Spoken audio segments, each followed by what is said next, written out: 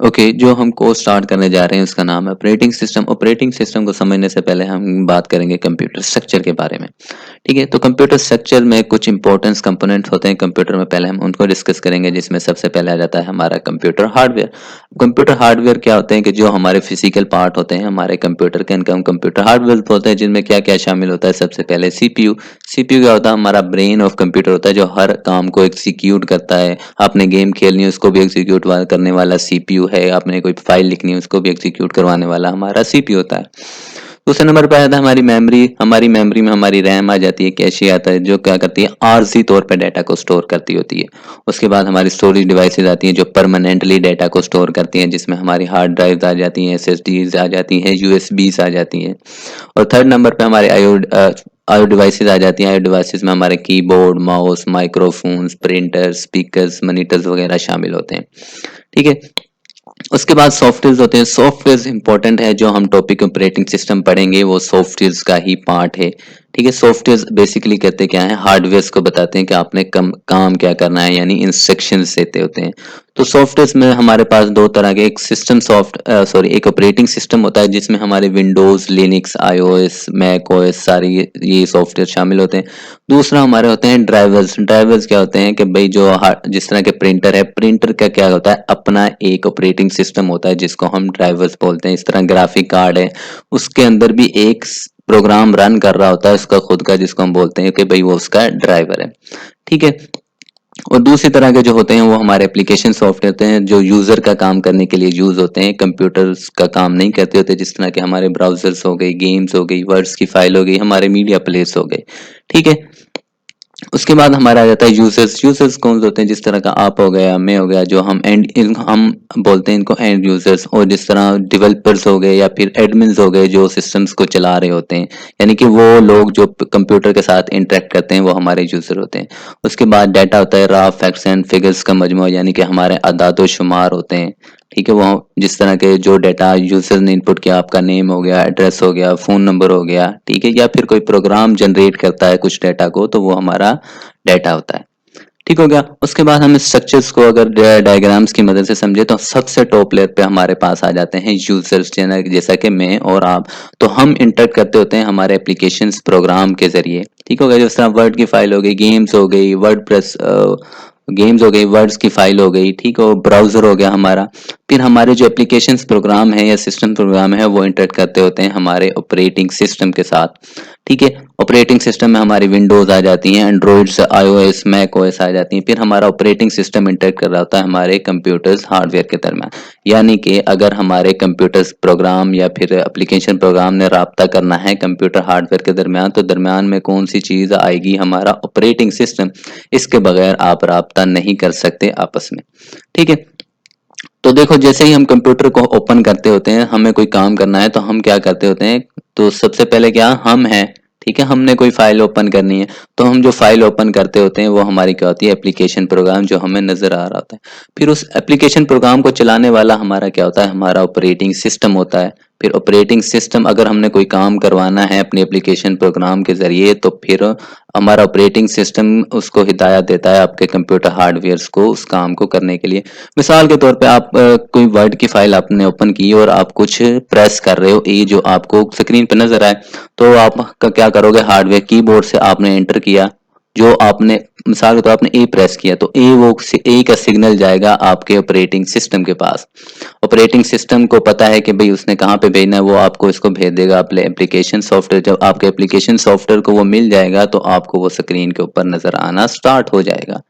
ठीक हो गया, इस तरह से हमारा कंप्यूटर जो है वर्क कर रहा होता है। ओके, अब हम बात कर लेते हैं ऑपरेटिंग सिस्टम की। An operating system is a program that manage computer's hardware. ठीक है, क्या करता होता है? जितने भी हमारे हार्डवेयर हैं सब के सब को कंट्रोल हमारा ऑपरेटिंग सिस्टम होता है, जिसमें हार्डवेयर में हमारे पास सीपीयूज आ जाते हैं, मेमोरी, स्टोरेज, कीबोर्ड, माउस, सारी जितनी भी हार्डवेयर सब के सब को कंट्रोल हमारा ऑपरेटिंग सिस्टम करता होता है। ठीक है, और ये क्या करता है? बेस प्रोवाइड करता है एप्लीकेशन प्रोग्राम, यानी कि एप्लीकेशन प्रोग्राम को चलाने वाला हमारा ऑपरेटिंग सिस्टम है। और क्या करता होता है? उनके दरमियान में इंटरमीडिएट एक ब्रिज का काम कर रहा था। किसके दरमियान में? कंप्यूटर यूजर यानी कि मैं और आप, और कंप्यूटर हार्डवेयर, ठीक हो गया, सीपीयू, रैम वगैरह के दरमियान, मेरे और आप उन हार्डवेयर के दरमियान क्या करता होता है? राब्ता पैदा करने के लिए एक ब्रिज का काम करता होता है। ठीक है, अगर किसी कंप्यूटर के अंदर ओएस इंस्टॉल नहीं है तो वो आप उससे कोई भी काम नहीं कर सकते। आपका जो कंप्यूटर है, अगर आप उसके अंदर विंडो नहीं है तो क्या आप उससे कोई काम, मीनिंगफुल काम कर सकते हो? नहीं कर सकते। अब इसको हम मिसाल के तौर पे देखें, मिसाल से समझें तो जिस तरह के ये एक इंसान है जो इंग्लिश बोलता है, ठीक हो गया, और ये दूसरा इंसान है जो चाइनीज बोलता है। अब जो इंग्लिश बोलता है उसे चाइनीज नहीं आती और जो चाइनीज बोलता है उसे इंग्लिश नहीं आती, तो फिर ये आपस में राब्ता किस तरह करेंगे, बातचीत किस तरह करेंगे? उसके लिए इनको तीसरा बंदा शामिल करना पड़ेगा जो होगा ट्रांसलेटर, जिसको इंग्लिश भी आती है और चाइनीज भी आती है। तो जब इंग्लिश वाले ने कोई बात करनी है चाइनीज से तो वो क्या करेगा, अपनी जुबान में ट्रांसलेटर को समझा देगा। ट्रांसलेटर को दोनों आती हैं तो वो इसका पैगाम आगे चाइनीज में तब्दील करके उसको बता देगा। जब चाइनीज ने उसको आंसर करना है तो वो भी यही काम करेगा कि अपना जवाब जो है ट्रांसलेटर को बताएगा, ट्रांसलेटर उसको कन्वर्ट करके इंग्लिश में समझा देगा। तो यही काम अगर हम कंप्यूटर में देखें तो हम क्या करेंगे कि भाई जो इंग्लिश वाला बंदा है हम इसको बोल देंगे ये कंप्यूटर यूजर है, और जो चाइनीज है हम उसको बोल देंगे वो क्या है, कंप्यूटर हमारा हार्डवेयर है। तो अब ये आपस में बात नहीं कर सकते, तो इनके दरमियान में बात करवाने के लिए हमारा क्या आता है, ऑपरेटिंग सिस्टम होता है जो इन दोनों की बात को समझता है और इन दोनों के दरमियान में राब्ता पैदा करता है। तो यही यही मिसाल हमारी क्या है, ऑपरेटिंग सिस्टम की है। ठीक हो गया। उसके बाद ऑपरेटिंग सिस्टम के कुछ ऑब्जेक्टिव्स होते हैं। ठीक, बेसिकली हमारा जो ऑपरेटिंग सिस्टम होता है एक मैनेजर की तरह होता है जो क्या कर रहा होता है, हर चीज को स्मूथली रन कर रहा होता है। ठीक हो गया, हर चीज को मैंने टास्क असाइन कर रहा है, टाइम को मैनेज कर रहा है, किससे चीज, किसको कौन सा प्रोग्राम टास्क देना है, किससे वापस लेना है, किसको मेमोरी देनी है, किससे इनपुट आउटपुट लेनी है, सारा का सारा हमारा operating system as a manager के तौर पर कंप्यूटर में काम कर रहा होता है।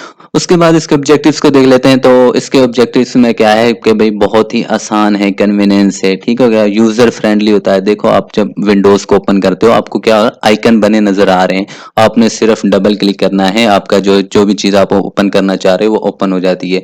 क्या आपको कभी ओपन करने के लिए कोई प्रोग्राम लिखना पड़ा है? नहीं ना लिखना पड़ा। क्यों? क्योंकि ऑपरेटिंग सिस्टम बहुत ही कन्वीनियंस बनाता है। ठीक है, आपको कोई चीज कॉपी पेस्ट करनी है तो आपने कॉपी किया और दूसरी तरफ पेस्ट कर दिया, इसके लिए भी कोई प्रोग्राम नहीं। आपने कोई वीडियो रखी हुई है तो वीडियो का आइकन बना हुआ आपको नजर आ जाता है कि भाई ये एक वीडियो रखी हुई है, पड़ी हुई है। ठीक है, उसके बाद दूसरे नंबर एफिशिएंट होता है। एफिशिएंट से मुराद के भाई एक टाइम पे मल्टीपल यूजर्स को सपोर्ट्स कर रहा होता है। ठीक है, अब बड़ी बड़ी ऑर्गेनाइजेशन है वो क्या करती हैं कि भाई क्या, क्योंकि बहुत सारे यूजर्स होते हैं वो एक सर्वर रख लेती हैं, सर्वर्स के ऊपर उनका ऑपरेटिंग सिस्टम क्या कर रहा होता है, रन कर रहा होता है। अब वो जो सर्वर के पास जितनी भी रिक्वेस्ट जाती हैं, अब हजारों की तादाद में, लाखों की तादाद में यूजर हो सकते हैं, तो वो सब के सब का जो भी उनका रिक्वेस्ट जाती है उसका क्या कर रहा था, रिस्पॉन्स दे रहा होता है, उसके आंसर देता है, उनकी क्यूरीज को हल कर रहा होता है हमारा ऑपरेटिंग सिस्टम। ठीक है, तो इसलिए एफिशिएंट भी होता है, बहुत सारे यूजर्स को एक टाइम पे मैनेज कर रहा होता है। उसके बाद इस एबिलिटी टू इवॉल्व होता है।